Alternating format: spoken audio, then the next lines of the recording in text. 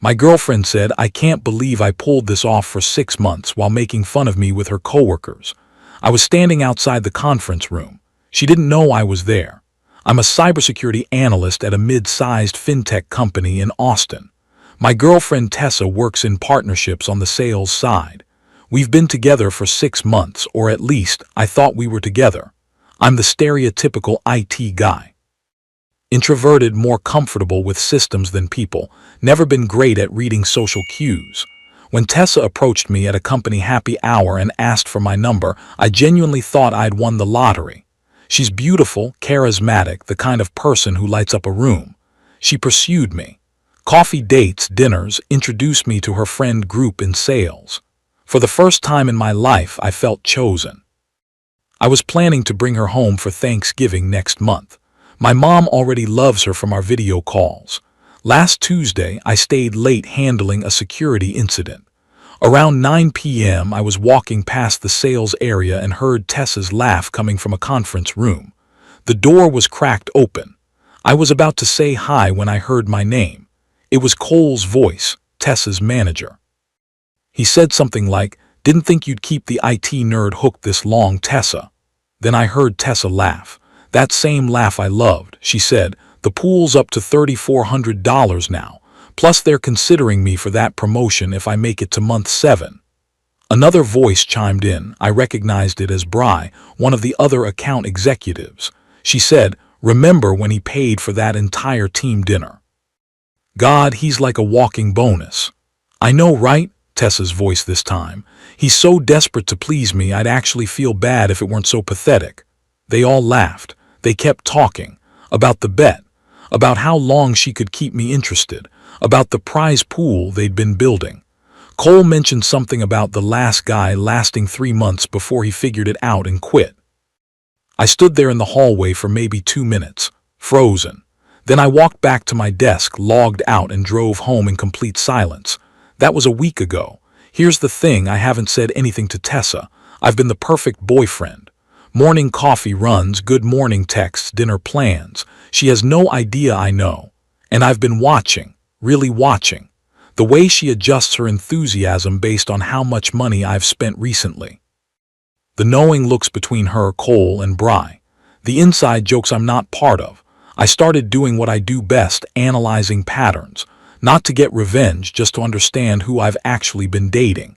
I have legitimate access to company systems for security purposes. I wasn't looking for anything specific, except I found something. The bet isn't the only thing this group has been running. There are patterns in the data that don't make sense. Account reassignments that don't match performance metrics. Meeting schedules that correlate with suspicious trading activity. Modified sales reports right before deadline submissions. I think I stumbled onto something way bigger than my girlfriend treating me like a joke. Part of me wants to confront Tessa and just end this. Get my dignity back and move on. But another part, the part that's good at my job, sees a pattern of behavior that's not just unethical, it might be illegal. Reddit, what do I do? Do I expose just the bet and walk away? Do I report what I'm seeing in the data? Am I crazy for even considering option 2?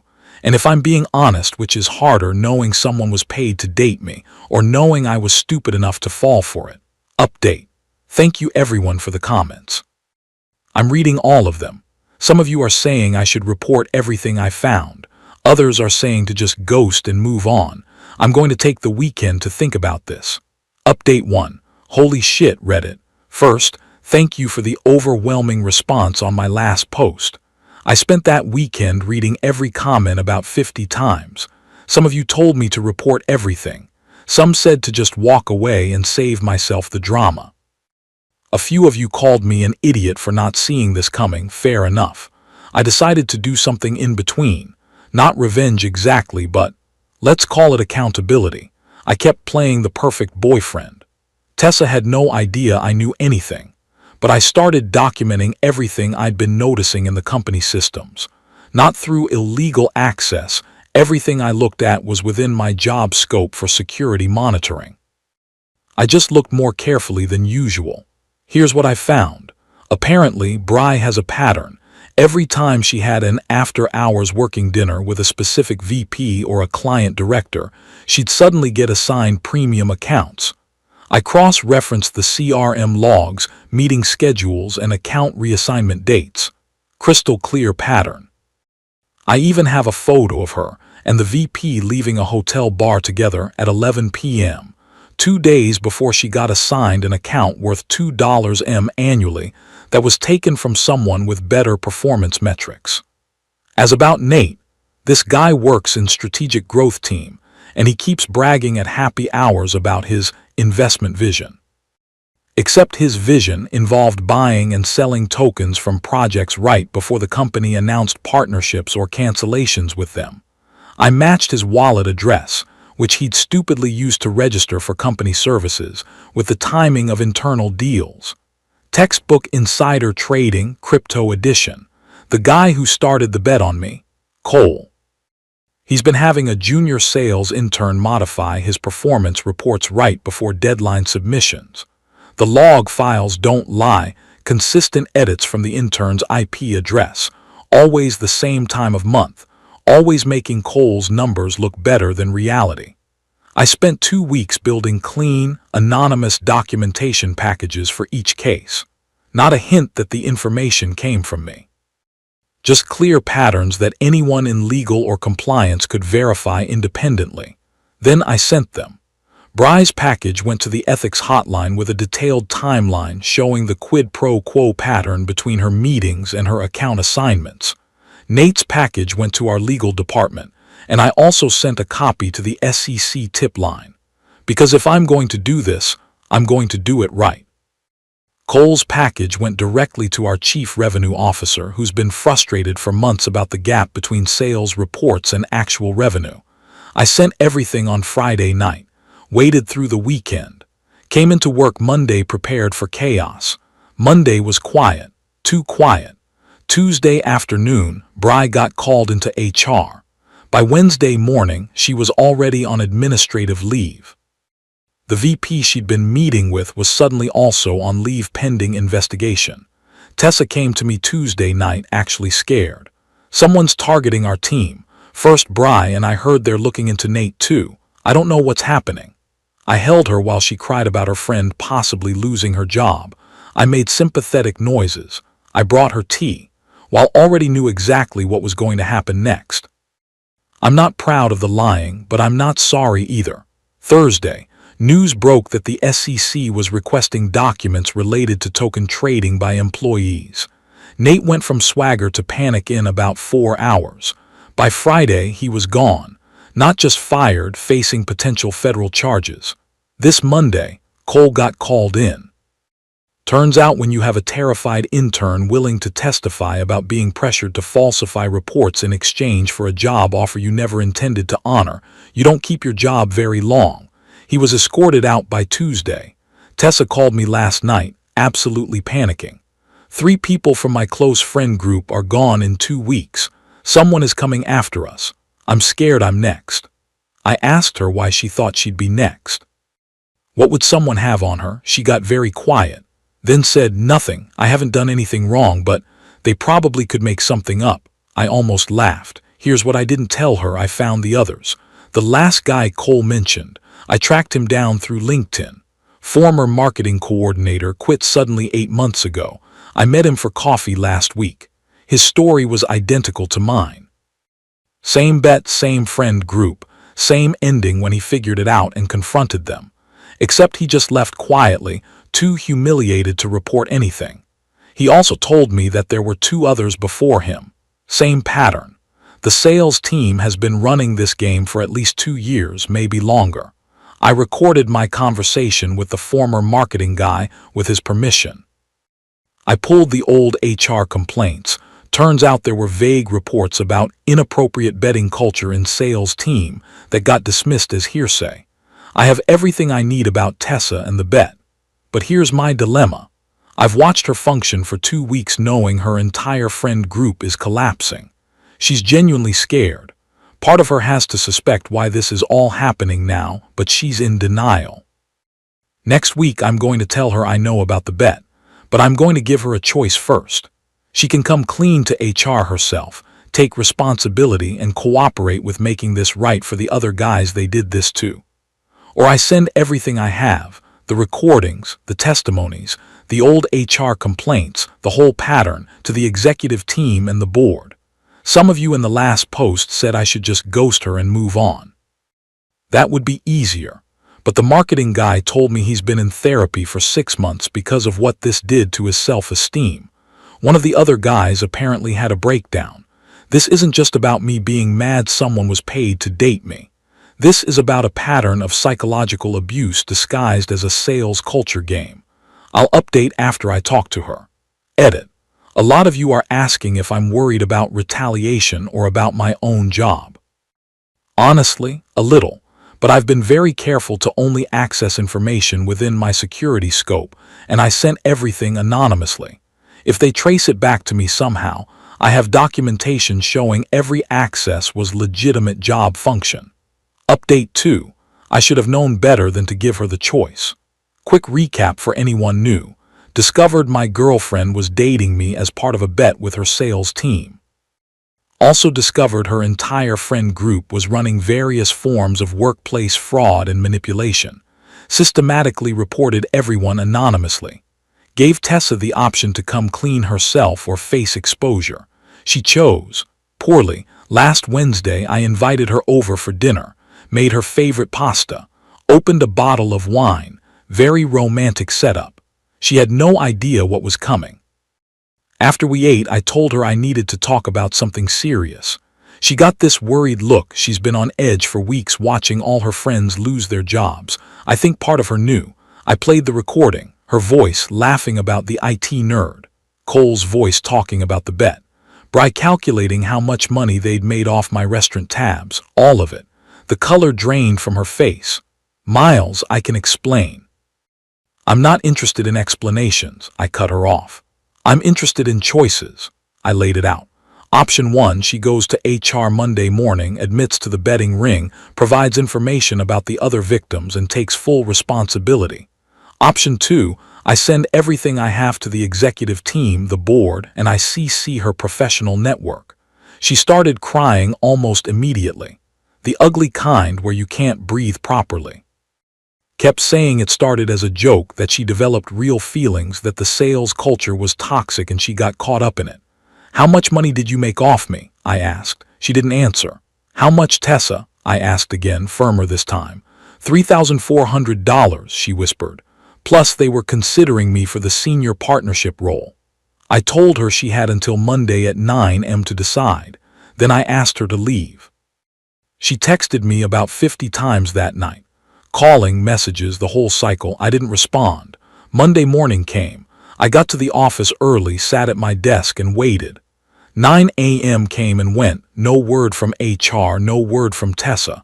So she had skipped option 1, except I didn't have to send anything. Because Tessa chose option 3, the one I didn't see coming. She called an all-team sales meeting at 10 a.m. and tried to preemptively control the narrative.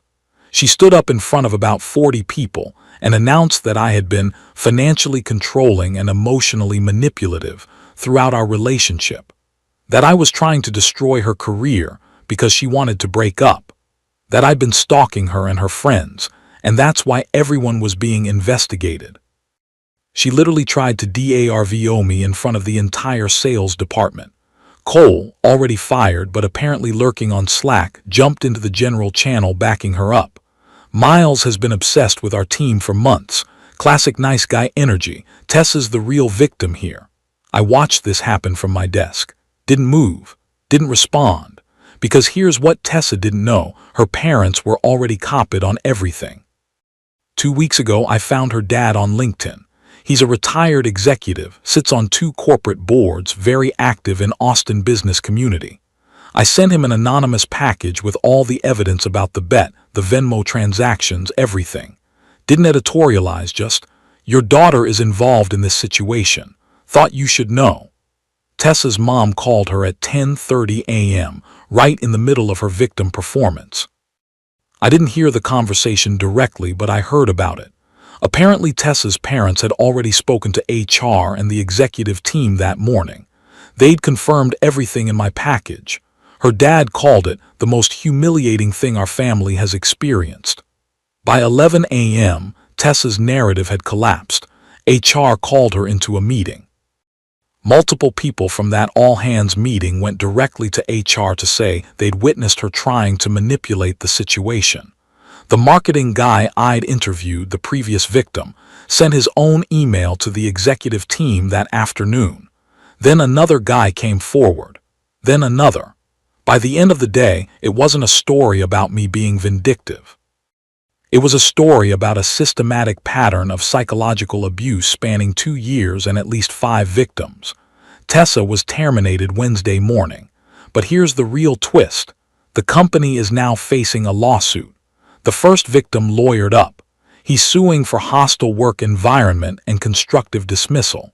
His lawyer contacted the other victims, including me. Apparently, this kind of betting pool on romantic relationships creates significant legal liability for the company. I'm not joining the lawsuit. I don't want money. But I did agree to provide testimony about the pattern and the company's initial failure to act on HR complaints. The fallout has been nuclear. The head of sales was put on probation for failing to maintain appropriate team culture. 2 HR people were reassigned for mishandling the initial complaints about betting culture. The company hired an external firm to do a full culture audit of the sales department. They're implementing mandatory training about harassment, psychological safety, and abuse of power. Tessa's case is going to be used as an anonymous example in the training. The irony is not lost on me. As for me, I'm weirdly okay. Not happy exactly, but clear. Like I finally saw the Matrix code. I went to therapy last week for the first time. My therapist asked me why I gave Tessa the choice instead of just reporting her immediately with everyone else. Because I wanted to know if she was capable of doing the right thing, I said. And now I know. I'm turning down the coffee dates and the "Are you okay?" messages from coworkers who suddenly find me interesting. I'm not playing that game anymore. The way I see it, 6 months ago I would have been grateful for the attention. Now I know my worth isn't determined by whether the pretty girl in sales notices me. I've also started talking to the other victims, not forming a support group or anything dramatic, just checking in. The marketing guy is doing better. We got lunch last weekend. Turns out we have a lot in common beyond being targets.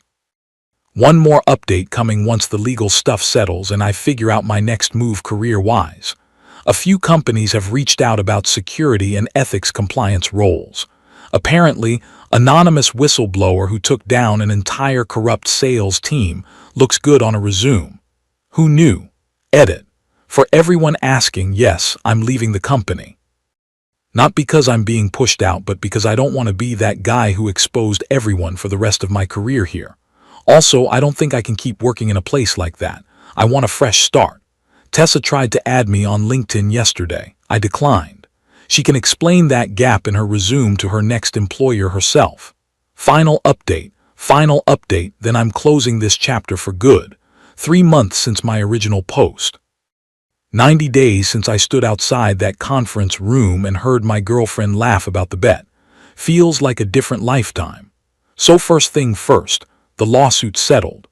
The company paid out 6 figures to the 5 victims, with the marketing guy getting the largest settlement since he quit and has documented therapy costs. I took a smaller settlement. Honestly, I just wanted acknowledgement that this happened and it was wrong. Part of the settlement included the company implementing a comprehensive ethics and compliance program. They created a new position, Ethics and Security Compliance Officer, reporting directly to the CEO. They offered me the job. I turned it down. Not because it wasn't a good opportunity, it was. But I'd already accepted a position at a cybersecurity firm that specifically works with companies on internal investigations and compliance. Turns out my particular skill set, security expertise plus the ability to document patterns of misconduct without tipping anyone off, is pretty valuable. I start next month. Better title, better pay, and I get to do what I'm apparently good at, finding the truth hiding in data. About the Tessa situation though, and this is where it gets weird. She reached out 6 weeks ago. Not through LinkedIn or text, but an actual handwritten letter to my apartment. Yeah, it's true, I'm not joking, but not like anything I expected. The letter was different. No manipulation, no sob story, no, but I really loved you. Just, I've been using this time to really think about what happened. My parents forced me to be exact. They say I need to take accountability without expecting forgiveness. So here it is. What I did was cruel, calculated, and I knew it was wrong while I was doing it. I told myself it was just how sales culture worked, that everyone did stuff like this, that you'd never find out. Those were excuses. I hurt you and at least 4 other people because it benefited me and I didn't think you mattered enough to care. I was wrong. I'm sorry. I don't expect you to respond. I don't deserve your forgiveness. But you deserved a real apology. She's apparently working at her uncle's restaurant now, left tech entirely, learning to earn basic respect and trust from people around her from scratch. I haven't responded to the letter. I don't know if I will. My own therapist asked if I felt closure from it. Honestly, the closure didn't come from the letter. It came from watching the entire system of behavior get exposed and dismantled.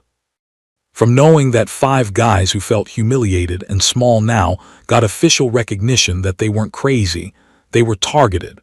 Oh, and something I honestly didn't expect had happened during this time. Remember how I sent that anonymous package to Tessa's dad? Turns out he's on the board of 2 other tech companies in Austin. He took what happened seriously, not just as a parent, but as someone responsible for company culture and ethics. He's been pushing both those companies to audit their own sales practices and internal reporting mechanisms. He called me last month asking if I'd be willing to consult on creating better whistleblower protections and internal investigation processes. And guess what? I said yes. The kid who couldn't get a date 6 months ago is now consulting for companies on ethics and compliance. The universe has a sense of humor. Last week I got a message from one of the victims I'd never met, the guy from 2 years ago, the first one they did this to. He'd left Austin entirely after it happened, too embarrassed to stay. He wrote, "I just want you to know that when I heard what you did, how you exposed everything, it was the first time I didn't feel stupid for falling for it. Thank you for making it clear that we weren't the problem. They were." That message meant more than the settlement, more than the job offers, more than anything. Because here's what I learned. I didn't get played because I was stupid or desperate or unlovable. I got played because someone saw my loneliness and my hope and decided those were weaknesses to exploit for money and status. That says everything about them and nothing about me. As for me, I'm doing good. Really good. I've stayed in touch with the marketing guy. We're actually becoming real friends. He introduced me to his gaming group. I'm learning to trust my instincts about people again. No dating yet. Not because I'm traumatized or scared, but because I'm genuinely happy being alone right now. I'm learning the difference between being lonely and being alone. Turns out they're not the same thing. I still think about that night sometimes. Standing in the hallway, hearing them laugh. The moment I realized I was a joke. But now when I think about it, I also remember what came after. The choice I made to not just walk away hurt, but to pull the thread and see where it led. 5 people got justice. A toxic culture got exposed. A company implemented real change.